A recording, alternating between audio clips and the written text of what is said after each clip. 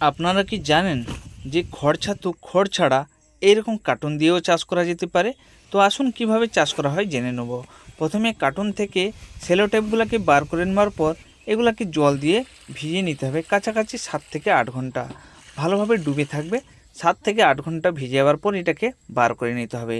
ছেঁকে এমন একটা জায়গায় রাখতে হবে যাতে ভালো করে এর থেকে জলগুলা বেরিয়ে যায়। এটাকে ছেঁকেও আমাদেরকে 5-6 ঘন্টা কিংবা 7 ঘন্টা মতন রাখতে হবে যাতে ভালো করে জলটা বেরিয়ে যায়। এবার একটা বেড বানাতে হবে। মাশরুম বেড ফেলানোর আগে আমাদেরকে এরকম বীজগুলোকে বার করে নিতে হবে। বীজগুলোকে বার করে নেওয়ার পর বীজের সাথে আমি কিছু বেসন মিক্স করে নিয়েছি, আপনি চাইলে আলাদা আলাদা করে দিতে পারেন। এখন কার্টুনগুলোকে ভালো করে সাইজ করে বিছিয়ে নিতে হবে কাছাকাছি 2 থেকে 2.5 ইঞ্চ।